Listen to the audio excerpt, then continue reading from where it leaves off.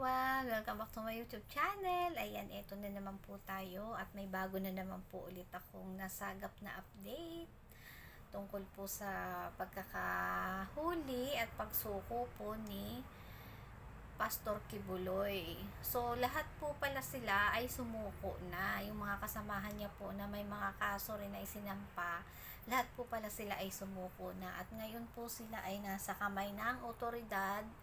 Ito po, pakinggan nyo po ang video ito sa akin pong update sa inyo, guys. Papakinggan ko minsan. Hindi ako okay na kayo.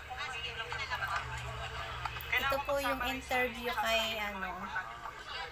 kay PNP.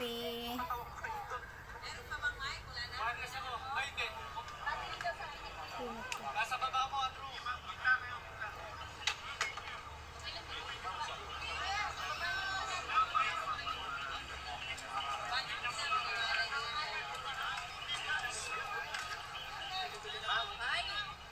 May kausap pa siya, guys.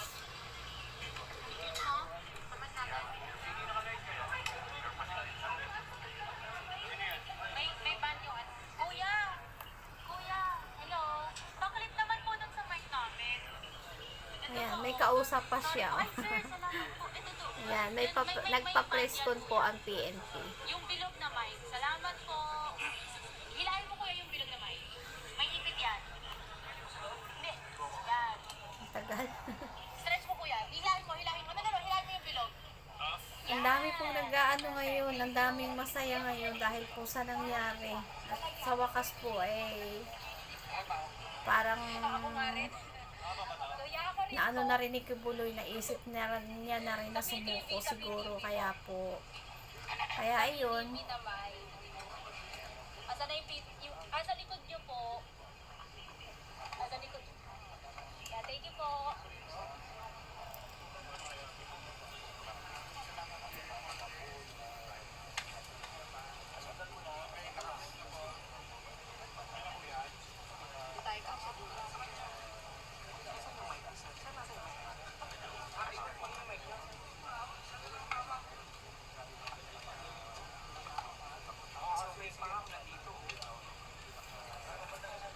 May kausap pa siya. Nakita ba yung ulo ko, Pepe?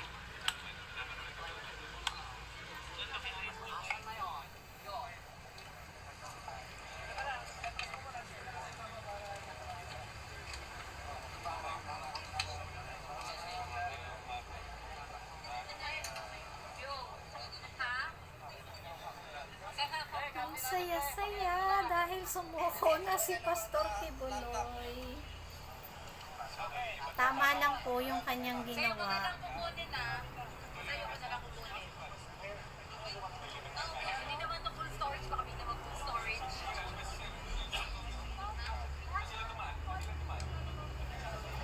Inano ko na lang. Yung mic. Dito ko na kinapit. Ayan na siya. Mike. Baba, Mike.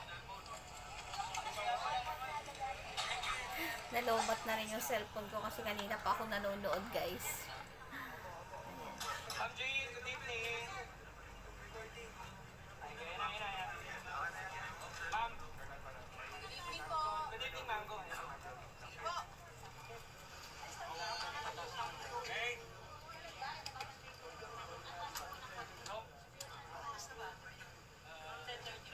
Okay, magandang gabi po. Tatlong bagay lamang po yung sasabihin ko. Unang-una po ay kinukumpirma po natin na hawak na po natin si Pastor Kibuloy, si Jacqueline Roy, si Ingrid Canada, si Crescente Canada, at si Silva Semanes po. Nakuha po natin yung custody po nila around 5:30 this afternoon at mga bandang 6:30 po ay nilipad po natin sila mula po sa Davao at papunta po dito sa Villanueva po tayo lumabas. At lumapag po sila ang C-130 ulat po nito mga nasabing individual at nakakating po sila dito sa Villanueva na around 8:30 ng gabi at nakakating po tayo dito sa custodial facility ng mga around 9-10 ng gabi po. Sa ngayon po ay nag-undergo po sila ng booking process witnesses. Kasama na po dyan yung fingerprint at mugshot. At natapos na rin po yung physical and medical examination. At nangyari po itong pangyayari po na ito dahil kanina pong mga bandang alauna, imedya po ng hapon ay nagkaroon po ng negosasyon para po sa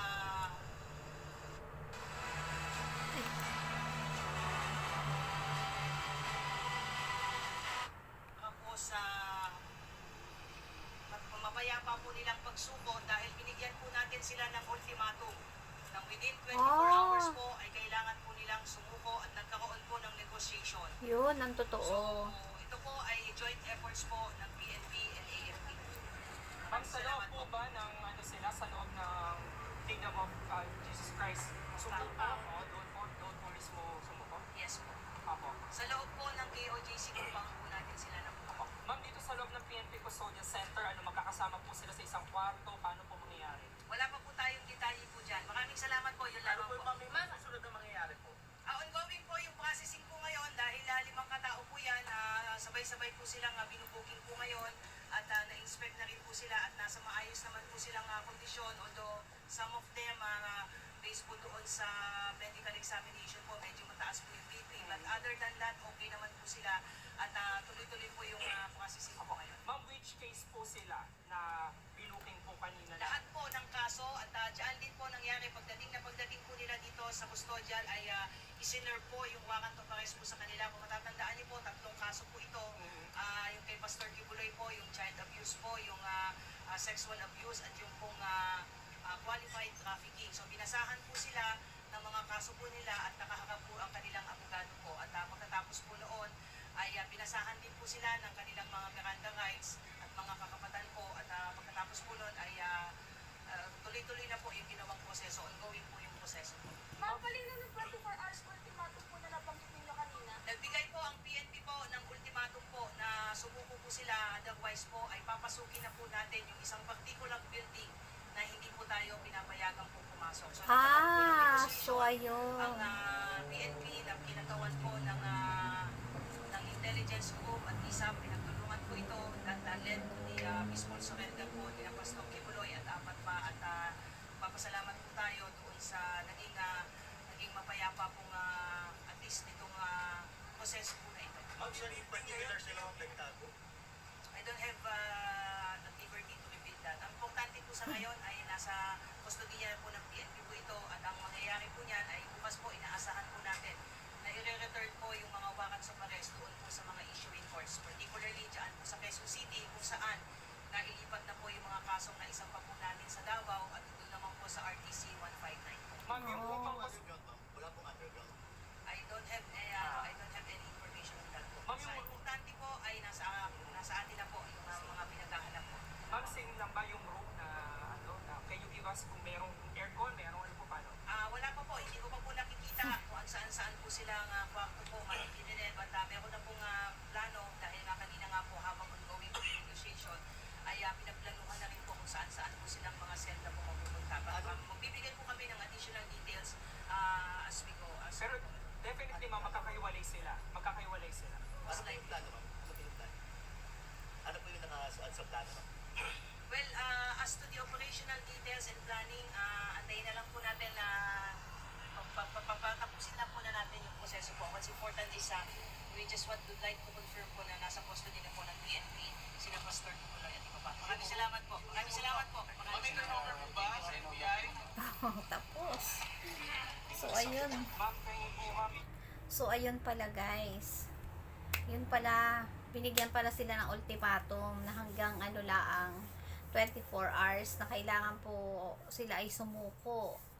So ayun na nga, siguro napag-isip-isip na rin ni Pastor Kibuloy na sila ay sumuko na dahil yung lugar na yun, nandun sila mismo sa lugar na yun pala na yun na lang yung hindi nila na papasok ng mga PNP. So ayun guys, ayan, na-update na naman, nakapag-update na naman po ako kasi inaabangan ko po talaga itong itong balita na ito dahil marami sa atin talaga na gustong-gusto natin na sumuko na si Pastor Kibuloy dahil wala namang mas makakabuti iyon para sa kanya at para din po sa lahat. para na rin sa kanyang mga miyembro na yung iba nga'y nagagalit na, nagkakaroon na ng awayan. Kaya mas okay na po itong ginawa niya. So ngayon, nandun daw po siya sa Villamor Air Base at yun, ano na sila, ipapasok na sila sa mga room kung saan sila i-detain. At okay naman daw sila, maayos naman ang kanilang mga katawan, medyo may pagkamataas lang daw ang blood pressure, pero okay naman daw ang kanilang mga kalagayan. So, yung mga media nagtatanong ng aircon ba o ano. Syempre alam nila na si Pastor Kibuloy mayaman, bigati na di ba? Kaya siguro 'yun ang mga tanong ng mga media. So ayun guys, nakapag-update na naman po ako sa inyo at bukas na naman, abang-abang ulit tayo. So thank you po sa inyong laging nagsusuporta at nanonood sa aking mga videos. Ayan. Sana po isuportahan nyo pa ang aking ibang video and pa-like din po and pa-subscribe and don't forget to click the notification bell para updated po kayo sa aking mga bagong videos. And support lang po tayo sa ating gobyerno. Yan. Ako po ay nakasuporta din. Kaya yung mga balita na gusto ko rin namang malaman, gusto ko rin na ako may kinalaman anong nangyayari sa ating bansa. Ako po ay isang OFW dito sa Taiwan at ito ang aking libangan na rin na nakakatulong din naman kahit papaano. So ayun guys, thank you for watching. God bless us all. Bye bye.